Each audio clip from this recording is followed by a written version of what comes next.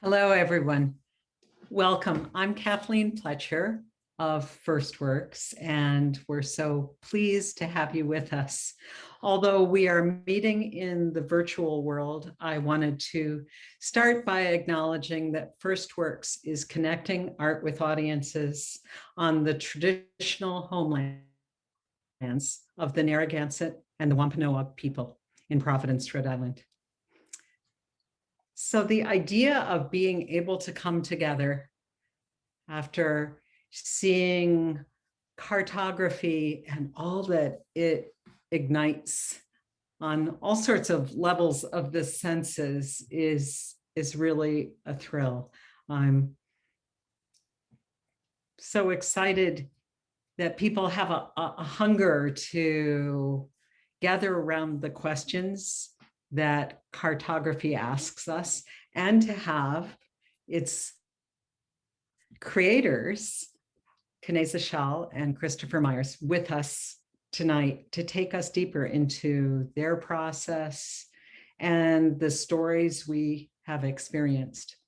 We're recording tonight's conversation because I know some of you are joining us right after seeing the live stream, but we have many more in their own time and space over the next several weeks of this project who will join. But for those of you who are here tonight, we invite you to ask questions using the Q&A part of the Zoom. So as a brief introduction, and I really think the work is the most eloquent introduction, even though I know for both of you, it is just part of your work.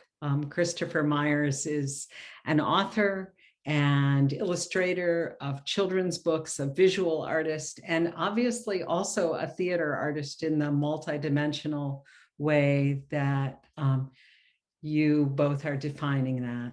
And Kaneza is an experimental theater artist. They are New York based and love to just think of some of the wonderful places and spaces that your work has been, that we have loved gathering in: Brooklyn Academy of Music, Next Wave, the Walker Arts Center, and the list really goes on and on. But thank you both for being with us. And I kind of wanted to just start opening things up to whatever direction they go in, by saying that this is a time when we think of the numbers of displaced people, the international migration numbers are just staggeringly huge, probably even in the short time since you created the piece. But you began, as I understand it, your work with children who migrated to Munich and storytelling. And I wondered if we could start with your own relationship to migration and how maybe your personal histories and your artistic practice and vision kind of combined to give rise to cartography. Sure, we're glad to be here with you, Kathleen, and with FirstWorks. So as you were saying, it's true, cartography as it lives as a performance grew out of Christopher and I spending time in Munich, Germany in 2016. And we spent time there with young people who had come from all around the world. They'd come from Syria, and they'd come from Mali and Afghanistan and Iraq and Somalia and Eritrea and Nigeria, looking to build new lives. And people had come across the Mediterranean Ocean in inflatable rafts and had walked across forests. And in the States at that point, we were seeing these headlines of 30,000 people arriving a day in Munich, and we wondered, what does that mean? And who can we talk to think about this? And of course, talking to young people who are dreaming their way into new lives was a way for us to think more about this question, and also to consider what tools we have as artists to bring to this global crisis, to a moment where we have more people on the move than ever before. And this is a question we ask a lot, and especially now in another global crisis. What are the tools we have as artists to engage with what is happening in the world? So cartography was a continuation of those conversations, and a way to have a conversation with all of us and with all of our audiences about what are the histories of movement in our own lives that bring us to this historical moment. I'm dealing with a dear friend who is so upset because it's her bedtime. I wanted to concur with everything that Kaneza said, to talk about the idea that, like, one of the things that we've had to learn over the course of this piece was the idea that a lot of folks have divorced their own personal histories of migrations from their sense of self. So you go to a place like Cincinnati and you'd ask people, when did your people come? And young people don't even know that their people came from somewhere, you know? And I think that a large part of what we wanted to do with this piece was to reinvigorate that American connection with the idea that we've got some history of migration, be it my great grandfather's people who were, forcibly migrated, enslaved and brought here, or be it my grandfather who came from Germany. Either one of those, that we all have these histories, part of this continuum of migration. And yeah, I'm gonna go talk to her a little bit, but I'm here with you guys, and I'm so excited to be talking about this work because I feel like this is a particularly apt time for this work to kind of live in the world. Oh, and I want to talk about that too. So as you are able to join us, that will be great. And any sense that the virtual is canned is definitely, being refuted by our conversation tonight and the real life quality of it all. Kaneza, I wonder if you could talk a little bit about the actual process, whether it was writing or interview or the devising of the theater piece itself. Yeah, it's so interesting. Whenever you talk about kind of work that relates to what people assume is an interview process, or work that relates to even an archive, let's say, in the most abstract sense, there's an idea that it's going to be reportage drama. And I deeply distrust the idea, concept, or possibility of reportage drama.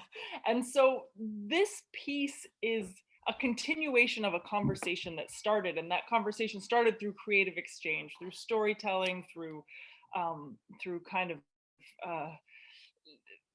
figuring out ways to ask these questions about how do we build new lives? How do we dream our ways into new futures? And what is the storytelling process that is inherent to the act of migration, to the act of immigration, to the act of picking up one's life and beginning it again in another place? So I would say that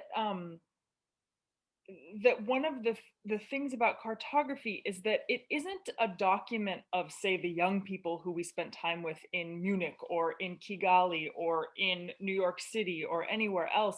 It's really a way to ask this question about the histories of movement and continue a conversation that had already started.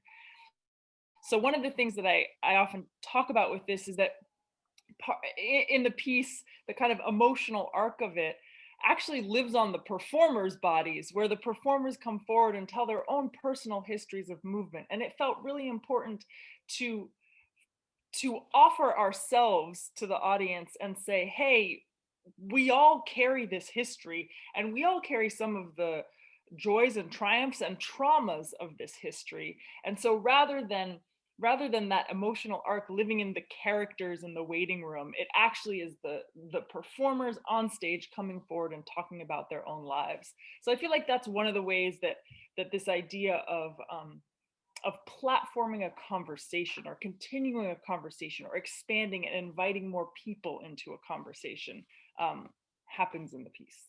I would say that having seen the piece and also seen the piece virtually, that you also certainly in the theater are asking the audience to join that.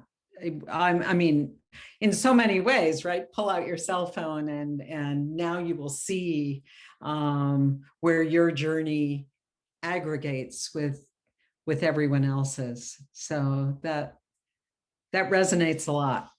For sure. And you know, it's funny to, as you guys have beautifully been solving, what does it mean to share performance in this wild time? Christopher is off dealing with a child who needs to go to sleep, and the kind of conundrum of the historical moment that we're in.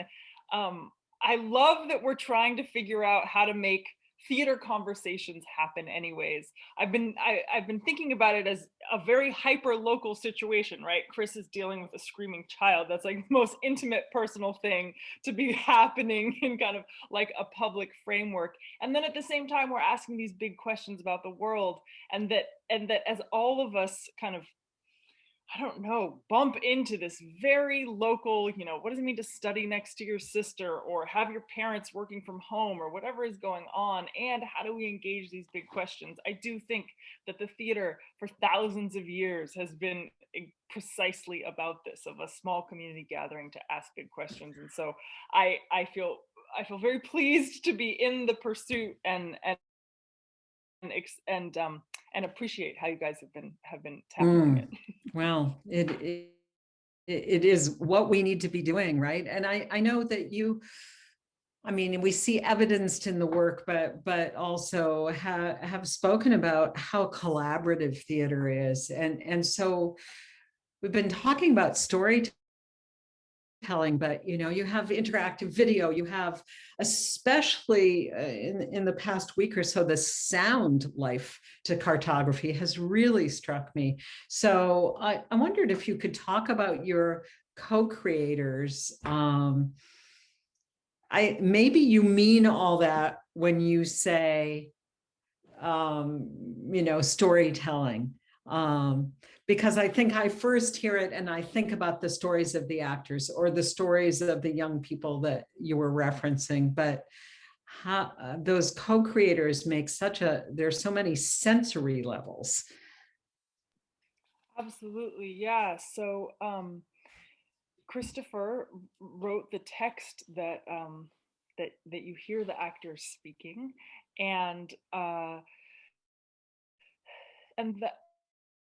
actors were involved in a piece from the very beginning, when the texts were kind of a bank of writings that Christopher offered, and so I would say that the actors, both physical and intellectual and spiritual labor, is absolutely part of how the piece got made as well, how we all process these texts. And I think one of the things that we thought about a lot, that's important to me, is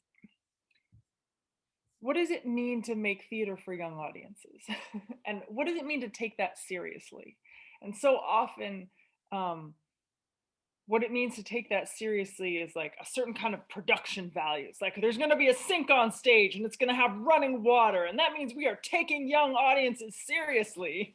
And what does it mean to take young audiences seriously intellectually? And what does it mean to take young audiences seriously in their ability to handle abstraction and complex ideas? You know, there's that one scene that's a retelling of the Odyssey, and whether or not people go into some deep Odyssey, you know, bank in their minds, or next time they encounter that text have a new appreciation of it, we're being guided through that story in that scene. And so I think that something that we all kind of brought to the piece is a feeling that the biggest questions of our time are always processed maybe even most deeply by young people, and especially through families. And so part of taking young people seriously as an audience, and the kind of that young people are essential critical audiences for contemporary art performances, is the aesthetic expansiveness, the intellectual expansiveness and the kind of formal expansiveness that you try to bring to the table. You know, I was thinking about how much at FirstWorks we wanted to work with you and wanted to do this project, and had great plans for you to be actually with us in Providence. But I think the core had to do with widening the circle and saying who all will be touched for different reasons, by the work, by the conversations, by the questions. And as we're talking, I'm wishing that we have, and we do have a truly wonderful panel happening next week.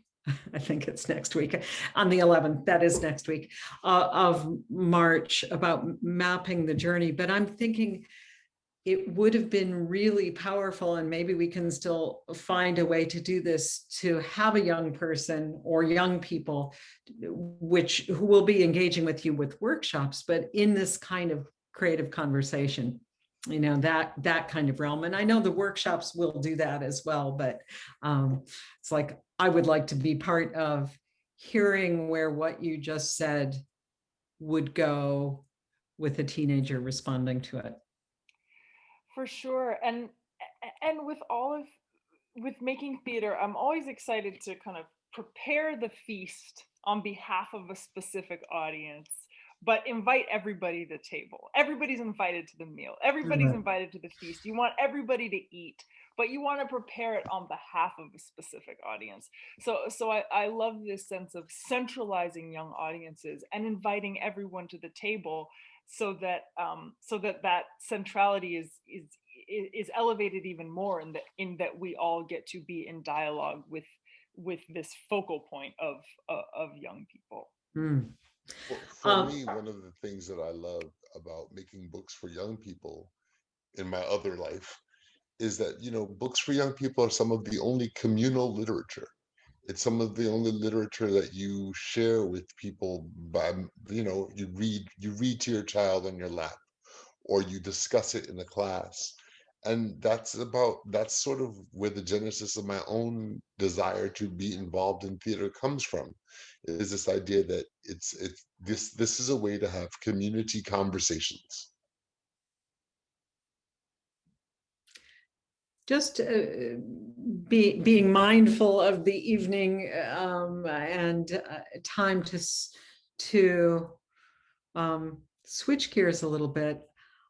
I'm really interested in the time since we first saw the work, since you first created it, the timeliness you felt then and the timeliness you feel now, and how you take in what you've created or your intent, how that's changed during COVID, from a content point of view. And maybe there's a part two also, which is a little more about the virtual world, but just to start with that, I think.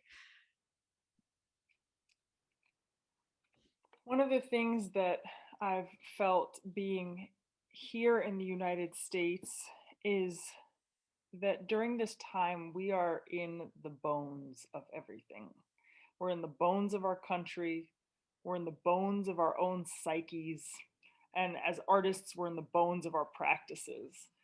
And the same forces that have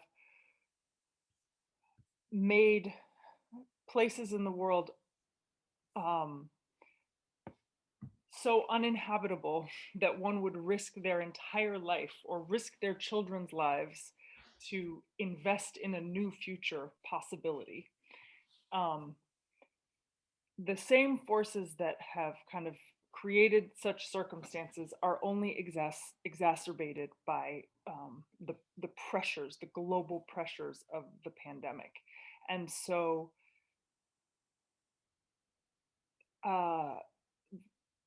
these conversations feel like they're going to be happening for a long time. And the more that we all begin to understand ourselves as part of this history and as part of how we are here today, I truly believe the better equipped we are to um, to to to build a future we want to live in.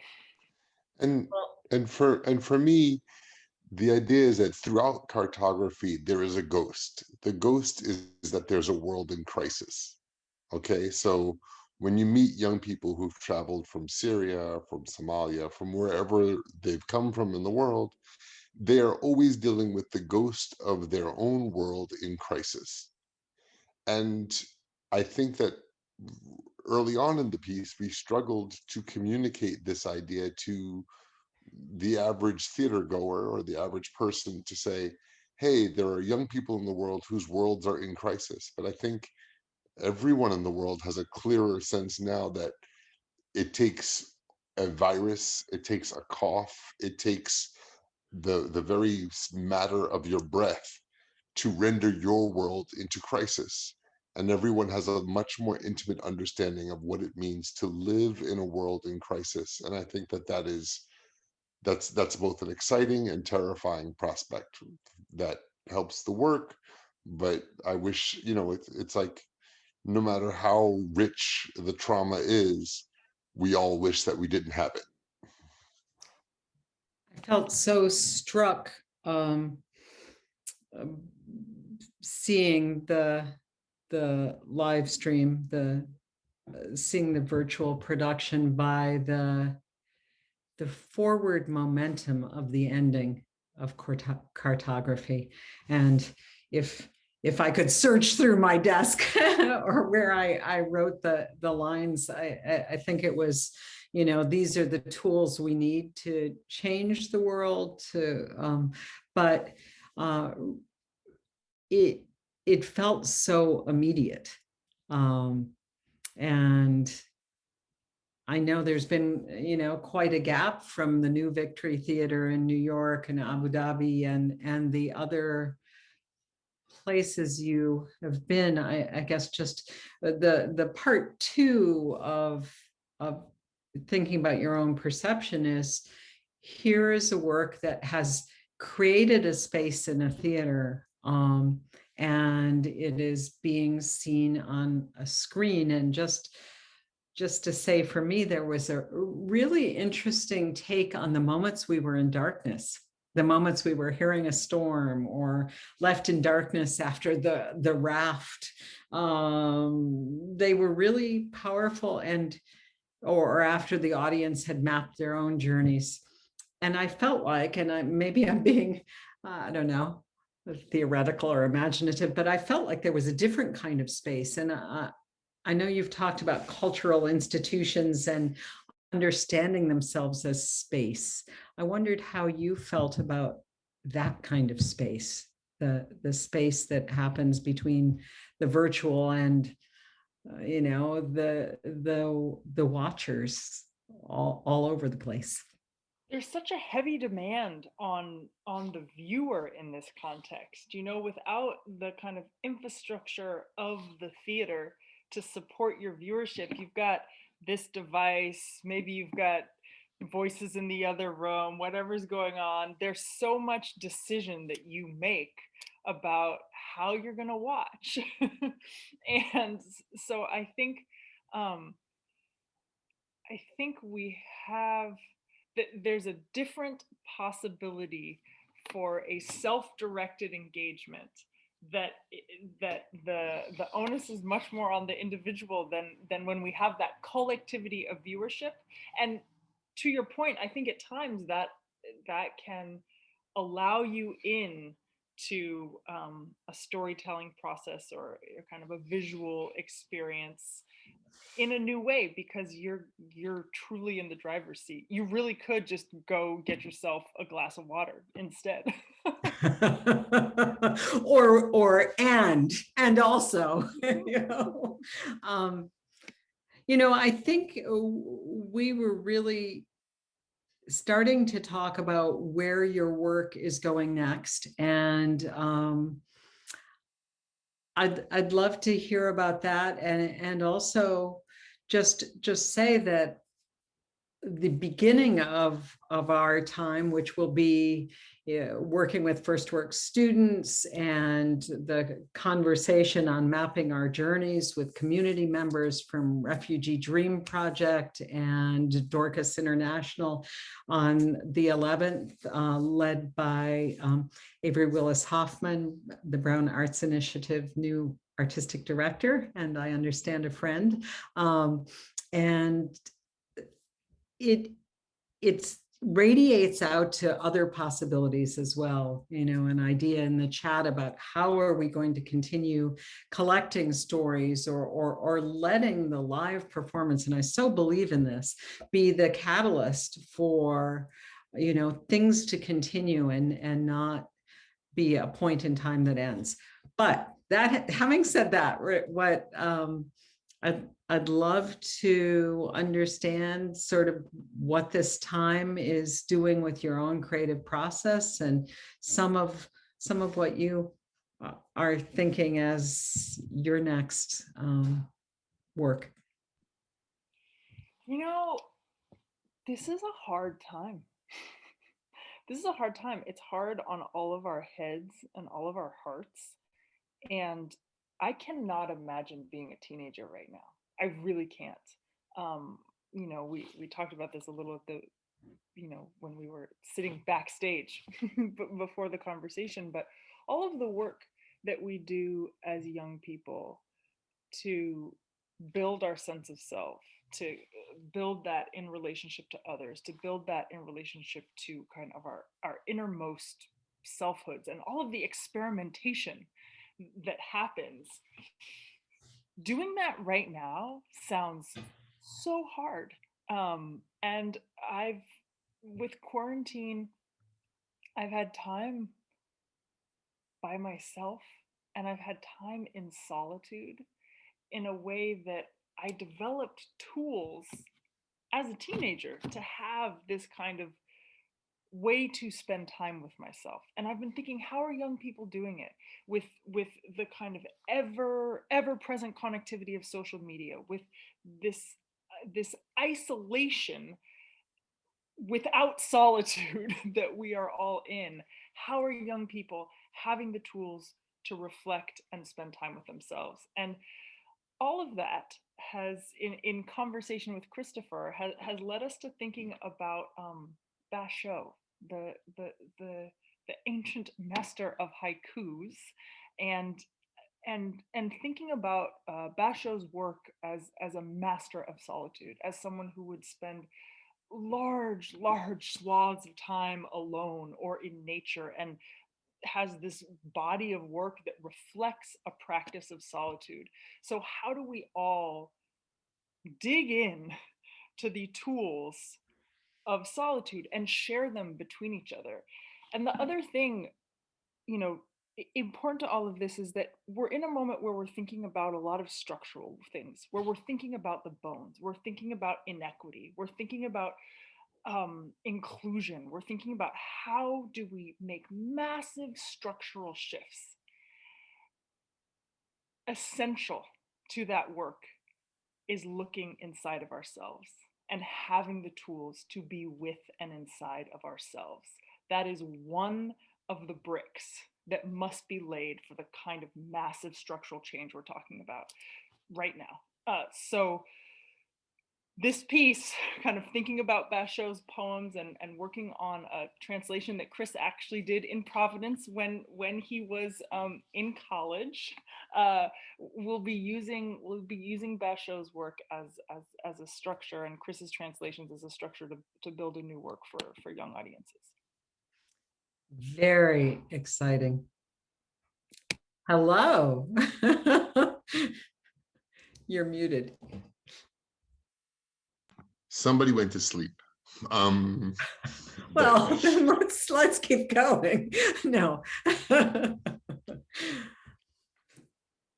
to piggyback onto what Kaneza had talked about, is the idea that I also am super interested in the idea of like, what are our classics now? How do we refigure the classics? You think about Basho as a contemporary of Shakespeare, and what does that look like to re-engage this as a classic that has a message for like the generations that have come after it, and we're interested in taking on all of those big questions, you know, from the Odyssey and thinking about migration to, you know, the idea of what does it mean to be alone for a moment. Yeah.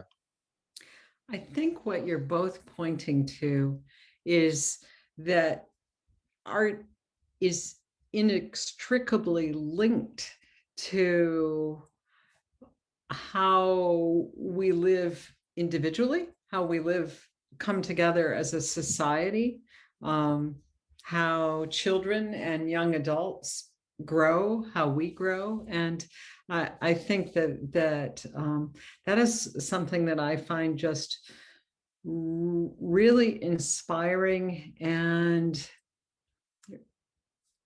really shared by FirstWorks, you know, that art is, yes, it can be dazzling and it can be beautiful and it can be entertaining, but that it's essential. And you know, I just so admire this kind of digging for the essence, you know, and that art and ideas, it's not here are the ideas, here are the art, that they really come together. And I'm so glad that we have an opportunity over the next number of weeks, both for students and educators to see cartography and work with you. And just to self-correct on my really out of whack calendar, next Thursday is not March 11th, it's March 4th. Sorry about that. But very, very honored, and look at this as the beginning of our work with you all on cartography, and you know, the beginning of really a relationship. So thank you for everything you've brought through your work and to this conversation. And thank you so much. Thank you everyone who's joined us. Thank you to New England Foundation for the Arts and Rhode Island Council for the Humanities who have joined with us. FirstWorks is a lot about partnership, and you know, how it takes all of us to do inspirational and ambitious work, and we look forward to changing the world through that. So thank you, and please join us again, and good night now that your household is quiet. Good night. Bye.